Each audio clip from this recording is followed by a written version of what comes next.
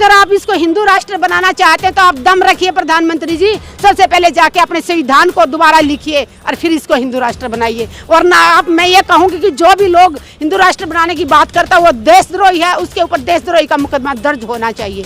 जय जवान, जय किसान, जय हिंद। नमस्कार, द जनता लाइव देख रहे हैं आप और मैं हूं आपके साथ पूजा। और इस वक्त मेरे साथ सुदेश गोयत जी हैं, जो खुद एक ऐसे परिवार से आती हैं जिसमें आपके परिवार में काफ़ी लोग हैं जो आर्मी से हैं, सेना में हैं। और आज आप विरोध कर रही हैं जो सरकार की अग्निपथ योजना आई है उसका, जिसमें सैनिकों की भर्ती का एक अच्छा प्रावधान है। जैसा कि सरकार का कहना है कि उससे उन्हें बहुत कुछ सीखने को मिलेगा, कौशल विकास होगा, और आप उसका विरोध कर रही हैं, योजना को रद्द करने की मांग कर रही हैं। इसके पीछे का कारण मैं जान सकती हूँ? अग्निपथ योजना ये सरकार जो लेके आई है, ये हमारी भारतीय सेनाओं को कमज़ोर करने के लेके आया है। ये हमारी भारतीय सेनाओं का मनोबल तोड़ने के लिए लेके आई है। कहीं ना कहीं मैं कहूँगी कि हमारे देश में षड्यंत्र चल रहा है। मुझे नहीं पता मोदी जी किसके दबाव में हैं। जो अग्निपथ योजना लेके आए हैं, ये अगर लागू हो जाती है तो हमारा देश गुलामी की तरफ जा रहा है। हमारे देश के दोनों तरफ, एक तरफ पाकिस्तान बैठा है, एक तरफ चाइना बैठा हुआ है, जो हर रोज़ हमारे बॉर्डर पे शहीद हो रहे हैं हमारे जवान। अगर अग्निपथ योजना लागू हो जाती है तो आने वाले 10-15 सालों में हमारी भारतीय सेनाएं, जो आज करीब 15 लाख के करीब है, वो धीरे धीरे घटती 3.5-4 लाख पे आ जाएंगी। और चीन और पाकिस्तान से डरने की क्या जरूरत है? उसके लिए तो प्रधानमंत्री अकेले काफ़ी हैं, उनकी लाल आंखें काफ़ी हैं। झूठ बोलने से देश नहीं चलता। प्रधानमंत्री जी सोच रहे हैं ना कि 56 इंच का सीना है। प्रधानमंत्री जी, मैं कहूँगी कि आपसे कायर प्रधानमंत्री हमने आज तक नहीं देखा। प्रधानमंत्री जी बात करते हैं 56 इंच के सीने की, आज तक आपसे कायर प्रधानमंत्री नहीं देखा। आपने भारतीय सेनाओं का एक तरफ आप उनका गुणगान करते हैं, आप कहते हैं कि हमारे देश की सेनाओं पे गर्व है, तो दूसरी तरफ आप सेनाओं को ख़त्म करने की साजिश रच रहे हैं। अगर अग्निपथ योजना आपको इतनी अच्छी लगती है तो सबसे पहले आप संसद में बैठे लोगों पर लागू कीजिए। जो क्या आप, मैं पूछना चाहती हूँ प्रधानमंत्री जी से, एक सवाल करना चाहती हूँ। संसद में जो लोग बैठे हुए हैं वो कठिन जीवन जी रहे हैं, वो ज़्यादा मेहनत कर रहे हैं, या जो बॉर्डर पे हमारा सैनिक खड़ा है, गोलियों के बीच में खड़ा है, ज़िंदगी और मौत के बीच में खड़ा है, उसकी ज़्यादा तकलीफ में जो ज़िंदगी काट रहा है। पूछना चाहती हूँ कि जो वहाँ बॉर्डर पे खड़े हैं, दिन रात गोलियों के बीच में खड़े हैं, उनको आप कह रहे हैं कि पेंशन नहीं मिलेगी, और संसद में जो AC में बैठे हैं, बड़ी बड़ी गाड़ियों में घूमते हैं, और उनको इलाज कराना होता है तो दूसरे देशों में जाते हैं, उनकी जहाज़ का किराया फ्री होता है, ट्रेन का फ्री होता है, और आप उनके लिए उनके ऊपर पहले लागू करके दिखाएं, उनको सदनवीर बनाएं, तब जाने प्रधानमंत्री जी आप जो पेंशन ले रहे हैं ना, मुख्यमंत्री की भी पेंशन ले रहे हैं, प्रधानमंत्री की भी तनख्वाह ले रहे हैं ना, आप पहले वो दोनों त्याग करके दिखा दीजिए, तब हम मानेंगे कि अग्निवीर योजना कितनी अच्छी है। उसके बाद आप इसके गुण वो दिखाइए कि फायदे गिनाइए, पहले आप त्याग कीजिए। लेकिन उसके अलावा अभी देख लीजिए, देश में जिस तरीके से आज़ादी का अमृत महोत्सव मनाया जा रहा है, प्रधानमंत्री ने सबको नया टास्क भी दिया है कि सब अपनी अपनी DP चेंज करेंगे, झंडा लगाएंगे, अपने अपने घरों में झंडा फहराएंगे। लोग तो इसमें बिजी हैं। अग्निपथ योजना से किसको फर्क पड़ रहा है? हमारे देश की जनता अंधविश्वास में ज़्यादा भरोसा करती है। प्रधानमंत्री जी को इस चीज़ का पता चल गया है कि अंधविश्वास में लोग जल्दी भाग जाते हैं। जैसे थाली बजाना, थालियाँ दिए जलाना, थाली बजाना, जैसे लोगों को बेवकूफ़ बना था कि कोरोना चला जाएगा, ऐसे ही अभी झंडा हाथ में देके क्या साबित करना चाहते हैं प्रधानमंत्री जी? झंडा, किसान जवान, उनकी रग रग में झंडे की इज्जत है। जिसके घर में रोज शहीद होके किसान के बेटे झंडे में लपट के आ रहे हैं, उनको ये दिखाएंगे कि झंडा। आज बीजेपी के हर दफ्तर में आप देखिए, झंडा बेचने के लिए दुकानें खोली जा रही हैं। ये झंडे को भी बेचना शुरू कर दिया। ये झंडे की इज्जत नहीं करते, तिरंगे की इज्जत नहीं करते। देशवासियों, कब जागोगे तुम्हें ये झंडा बेच रहे हैं, अपना दुकान खोल के बैठे हुए हैं।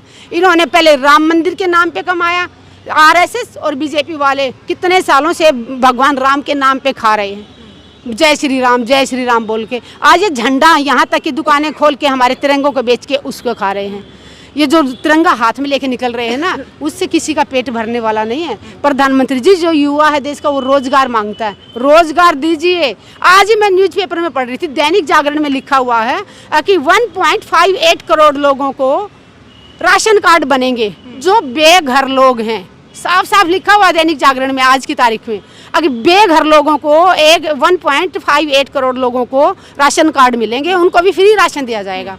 मोदी जी ने एक दिन भाषण में कहा था, बड़ी कसमें खा रहे थे कि 15 अगस्त 2022 तक मेरे देश का कोई भी आदमी ऐसा नहीं होगा जिसका अपना घर नहीं होगा, सबके पक्के मकान होंगे। मोदी जी, अभी ये 1.5 करोड़ के लोग कहाँ बिना घर के आ गए? मतलब कोई तो वादा पूरा करे। मोदी जी ने आज तक इतने वादे किए, एक भी वादा इन्होंने पूरा नहीं किया प्रधानमंत्री जी ने। एक भी वादा पूरा तो नहीं ये भी किया था कि 15 अगस्त 2022 तक किसानों की भी आय दुगनी हो जाएगी। आय दुगनी नहीं, हम उल्टा समझते हैं बेटा। प्रधानमंत्री जी जो बोलते हैं ना उसका उल्टा मतलब होता है। वो बोलते थे कि आय दुगनी करेंगे, हमने सोच लिया। उन्होंने कहा था कि लागत दुगनी करेंगे, जो आज किसानों की लागत दुगनी हो रखी है। डीजल बढ़ गया है, खाद बीज के भाव बढ़ गए, डीजल दुगनी कर दी। पहले किसान आंदोलन में आप किसानों के साथ खड़ी रही, उनका मुद्दा उठाती रही, अब जवानों का मुद्दा उठा रही हैं, अग्निपथ का मुद्दा उठा रही हैं। सरकार की सभी योजनाओं का विरोध करना क्या ज़रूरी है? हमें शौक नहीं है, हम सरकार के खिलाफ नहीं है, हम सरकार से कोई नाराजगी नहीं है। सरकार जो गलत नीतियां लेके आती है हम उसका विरोध करते हैं और उसका विरोध हम करते रहेंगे, क्योंकि सरकार कोई भी नीति ऐसी नहीं लाती जो देश हित में हो, देश के फायदा हो। प्रधानमंत्री से पूछना चाहती हूँ, देश में इतनी बेरोजगारी है, आप उस पर बात कीजिए। देश में रोजगार दीजिए, युवा रोजगार मांग रहा है, आप उनके हाथ में तिरंगा दे रहे हो। युवा आप कह रहे हो कावड़ जो लेके आते हैं उनके ऊपर हेलीकॉप्टर से फूल बरसाए जाते हैं। और जब हमारे मजदूर भाई जब घर जाने के लिए लॉकडाउन में हमारे भाई ट्रेन मांग रहे थे, ट्रक मांग रहे थे कि हमें घर तक पहुंचा दे, उन पे लाठियां बरसा रहे थे। हमारा देश कहाँ जा रहा है? अंधविश्वास की तरफ जो बढ़ रहे हैं उसको हमारे चाहे योगी जी हों, मोदी जी हों, उनको बढ़ावा दे रहे हैं। अगर कोई शिक्षा की बात करता है उसको जेल में डाला जा रहा है। स्कूल है, सरकारी स्कूल बंद करते जा रहे हैं। लेकिन मैडम फिर भी देखिए, जब चुनाव होते हैं, आप लोगों ने इतनी कोशिशें की उत्तर प्रदेश के चुनाव में, चुनाव तो बीजेपी जीत रही है और पॉपुलैरिटी दिन पे दिन बढ़ती जा रही है, चाहे वो बुलडोजर बाबा की हो, चाहे मोदी जी की हो। बढ़ नहीं रही है, मीडिया ने दिखा रखा है। ग्राउंड पे आप देखिए, किसान हो, जवान हो, युवा हो, महिलाएं हो, आंगनवाड़ी महिलाएं हो, सब के सब ग्राउंड पे बैठे हुए हैं। लेकिन जो मीडिया है, नेशनल चैनल बैठे हुए हैं, वो पैसे के, थोड़े से पैसे की लालच में सरकार की वाई झूठी वाई दिखा रहे हैं, जिसके कारण आज देश इस कगार पे आ गया कि गुलामी की तरफ जा रहा है। अग्निपथ योजना अगर सरकार रद्द नहीं करेगी, इसको वापस नहीं लेगी, तब तक देश का युवा, देश की मातृशक्ति, जवान, किसान मिलकर लड़ाई लड़ेंगे। और आज नहीं तो कल प्रधानमंत्री जी को अग्निपथ योजना वापस लेनी होगी। और नहीं तो मैं प्रधानमंत्री जी से एक अपील करती हूँ, जितना जल्दी हो सके प्रधानमंत्री जी ले लें, अगर आप देश में अमन और चैन शांति चाहते तो।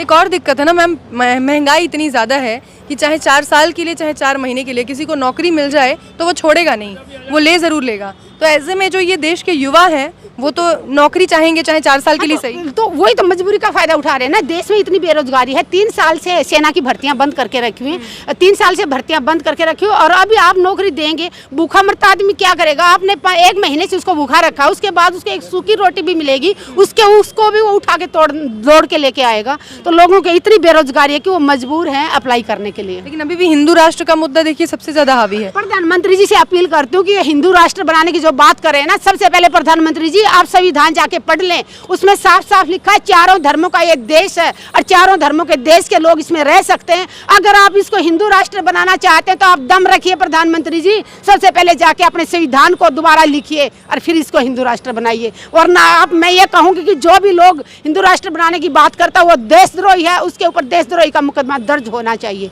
जय जवान, जय किसान, जय हिंद।